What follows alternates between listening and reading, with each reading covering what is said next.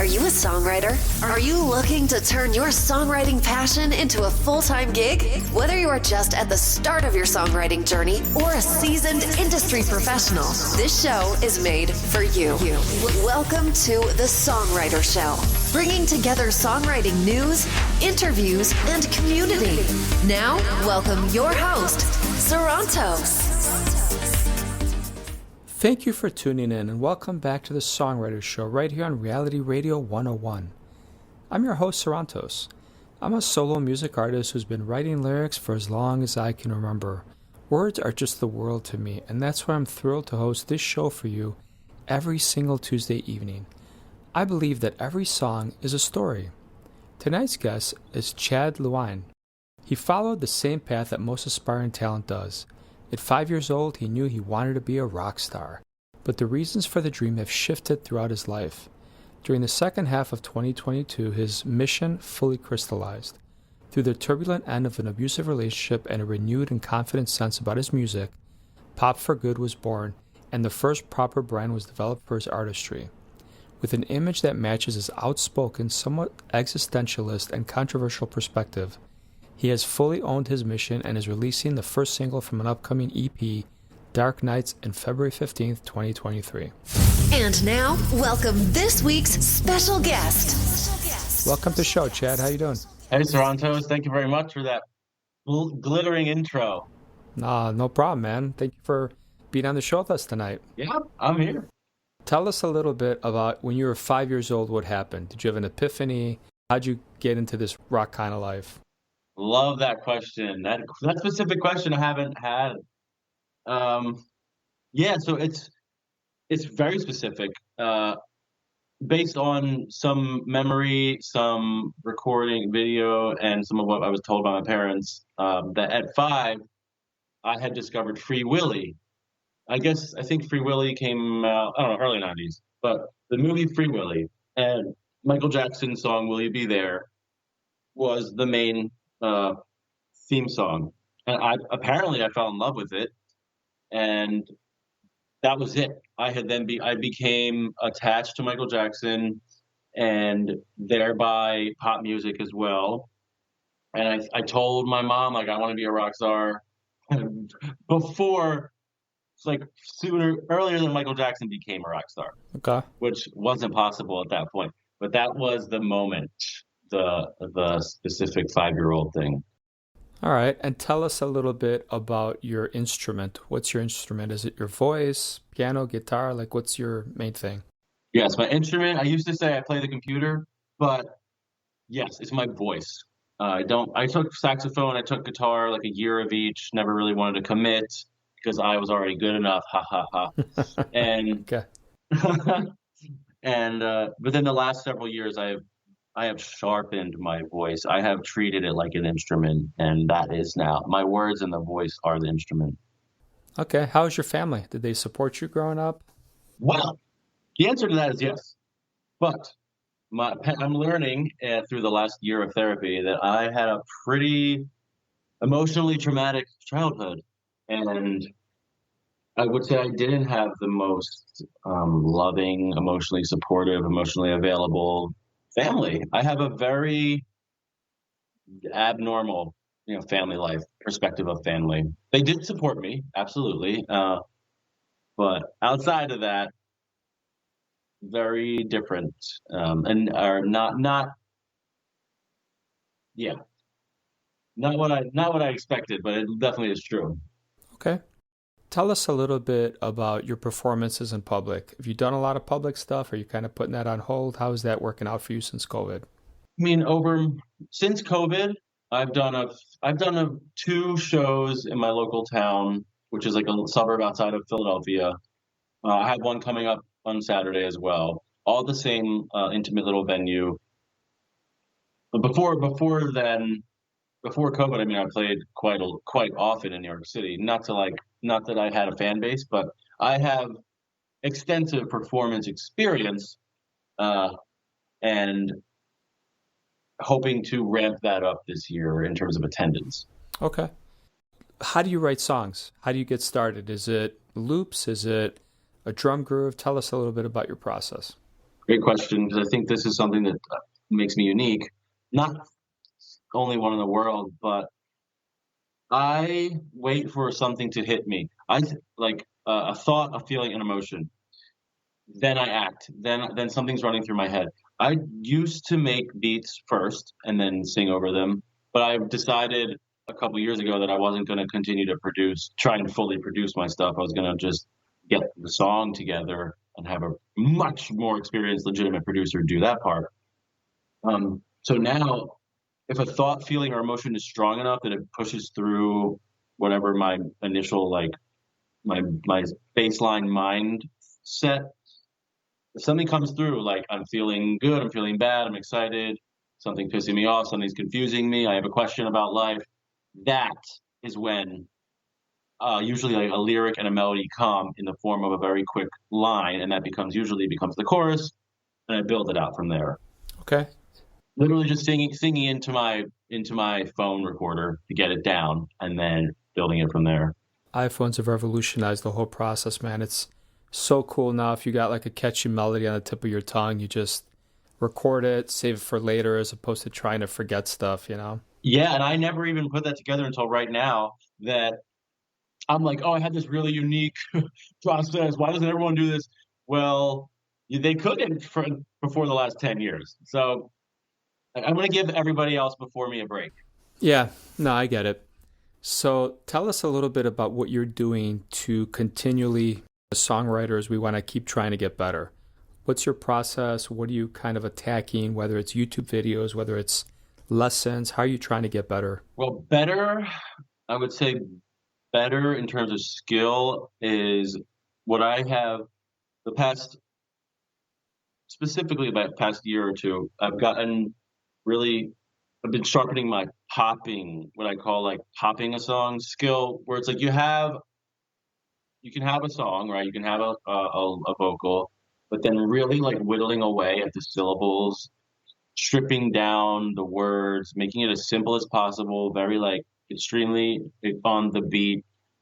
You're breathing on the beat, you're cutting words up on the beat, like really popping that like rhythm of the vocals is something I've been focusing on getting better now, and for the skill, and then getting better at posting things that are easy to do, like capturing moments that are easy to do, just me singing in my office and posting them, tweaking them a little bit. But that's what I've been doing past year, is like learning what I can do on a regular basis that is appealing to both the viewer and the algorithm. Yeah, okay. Tell us about your song titles. Are they important to you? How do you come up with them? Yeah, they are important. How could they not be? I mean, this is part of my whole platform. Like, the song title is crucial. I mean, my content is unique by nature, so I don't have that much trouble having unique song titles, but I do try to ensure that my song titles are not like "You Broke My Heart" or "I'm Really Mad" or whatever. I have song titles that are gonna stick out, and not in a look at me crazy, drugs, sex, rock and roll kind of way, profanity kind of way, like not shock value. Like, I'm coming from an intrinsic, introspective, can you relate to this? Or like somebody being like, oh, that's like an interesting couple of words. Can I relate to that? Let's listen to that. Tell us a little bit about this song we're going to hear. What inspired it? What do you want us to take from it when we listen to it? The song is superficially, the song is about me wanting to buy a house because I'm tired of not having a sonic environment that I can be free in and be free from annoying other people. So that's what the song is originally about, and that's what the lyrics are about to a point. But then it's really about, like, why don't I have a house by now? Because the economy's where it is, the socioeconomics are where they are. So it became a commentary on socioeconomics of our time, and specifically millennials, but I mean, it affects everyone. But right now, the housing market's a big thing. Millennials are running into this issue of buying homes, where we are really trying to realize we need to, but it's not as easy as we thought it was going to be. So this is my millennial anthem, 35. Okay, awesome. Tell you what, let's take a listen and we'll come back and talk some more, okay? Yep. All right, awesome, guys. Check this out. Here we go.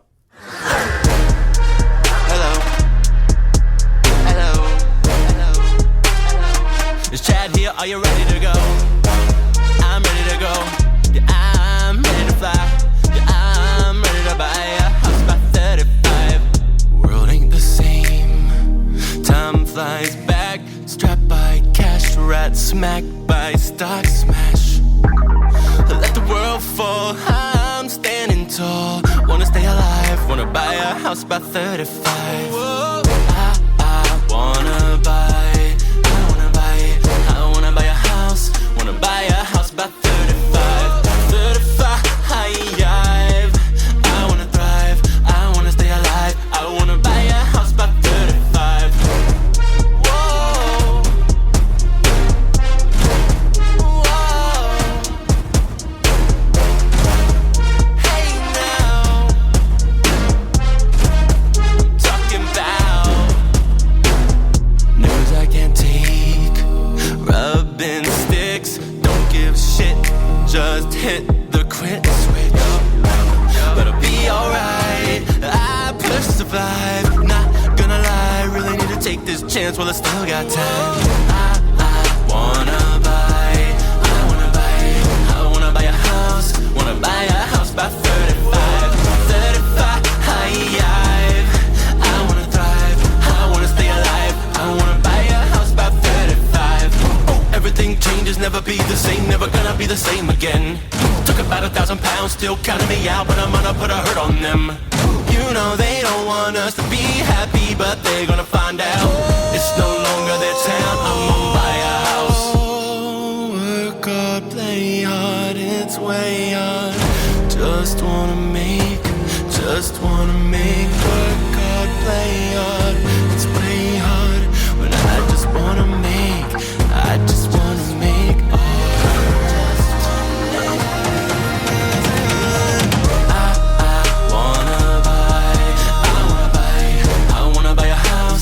buy a house by 35, 35, I wanna thrive, I wanna stay alive, I wanna buy a house by 35. Oh, I wanna buy a house, wanna buy a house by 35, 35, I wanna thrive, I wanna stay alive, I wanna buy a house by 35. I'm gonna buy a house.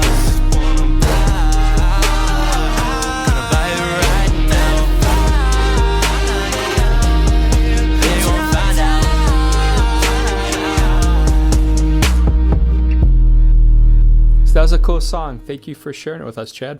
Thank you for listening. You're welcome.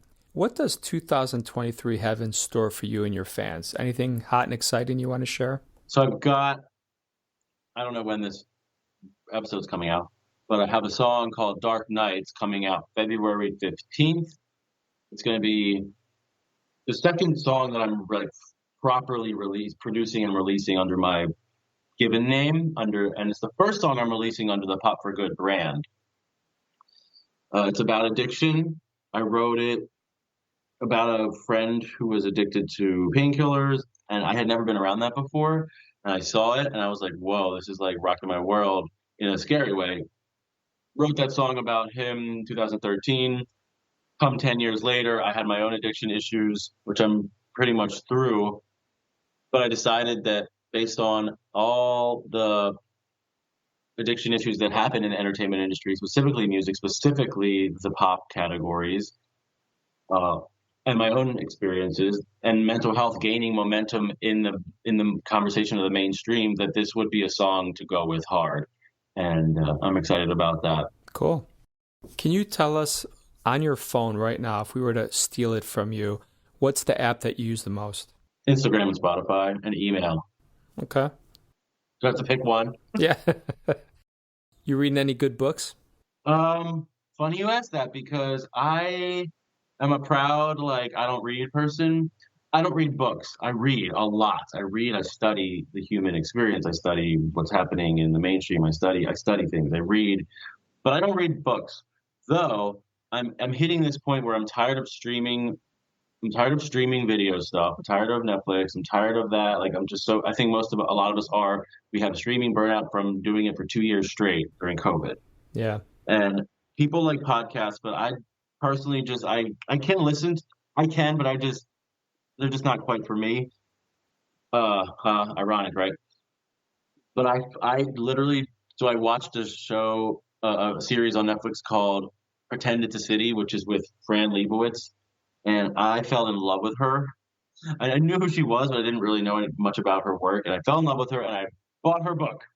And the Fran Lebowitz Reader is on my nightstand.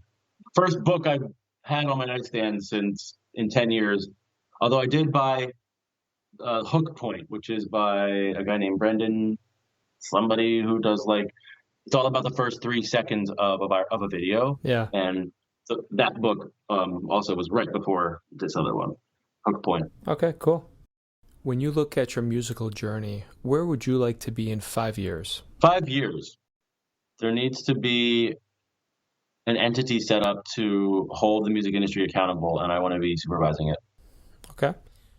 Morally accountable. I was just going to ask you, to define that, but okay, morally accountable. Okay. What makes you want to have that as your mission? Like, what makes you want to go down that route? There must be a reason behind that. Right. And that's under the whole Pop for Good thing that every day I'm getting even a little clearer on it.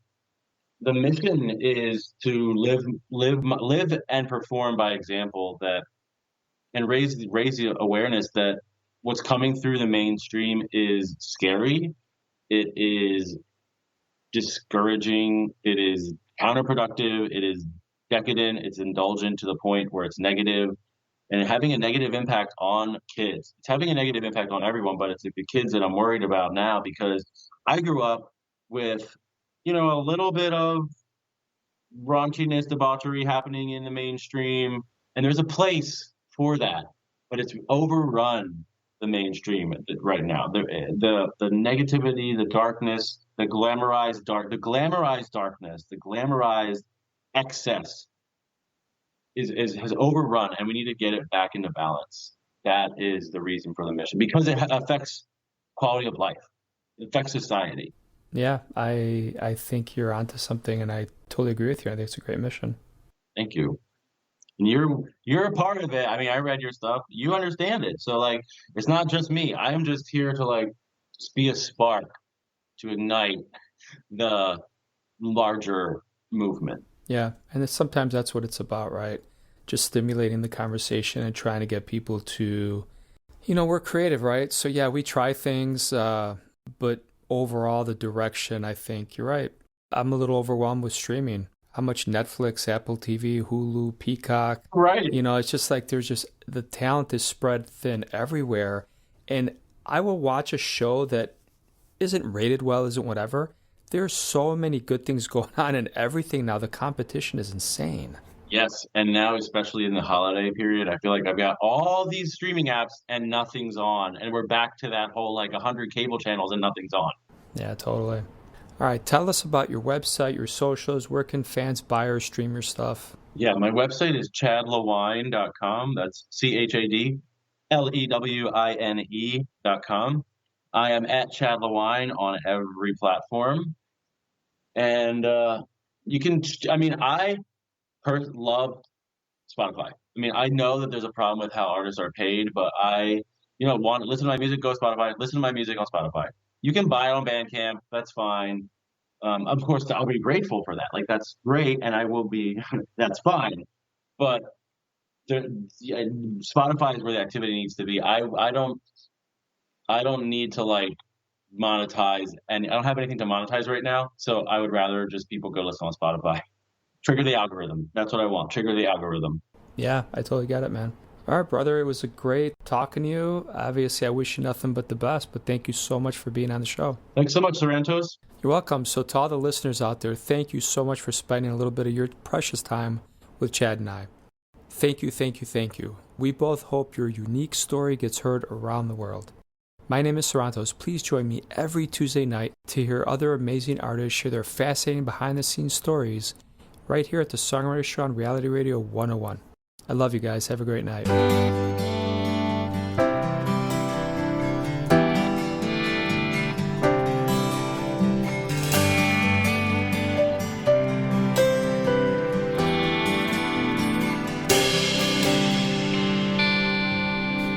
I ran away to the city that one day. There I found so much trouble, nearly drowned. The bold taste was a thrill, but a waste. Only ended up in a corner, badly dented up. Each dawn brought chains, no real freedom in the rain. It's the smell of wonder and way we fell. Needed you, the green grass and thunder. The mirror couldn't lie. Sad, tired eyes, so I said goodbye.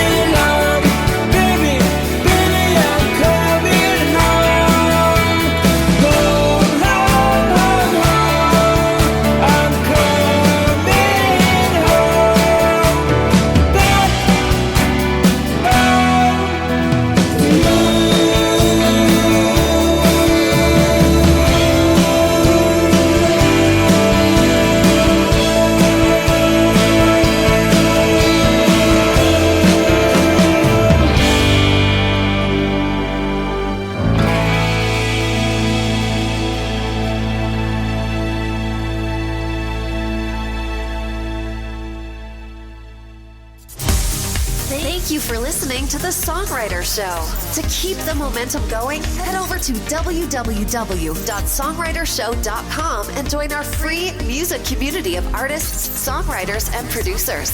That's www.songwritershow.com.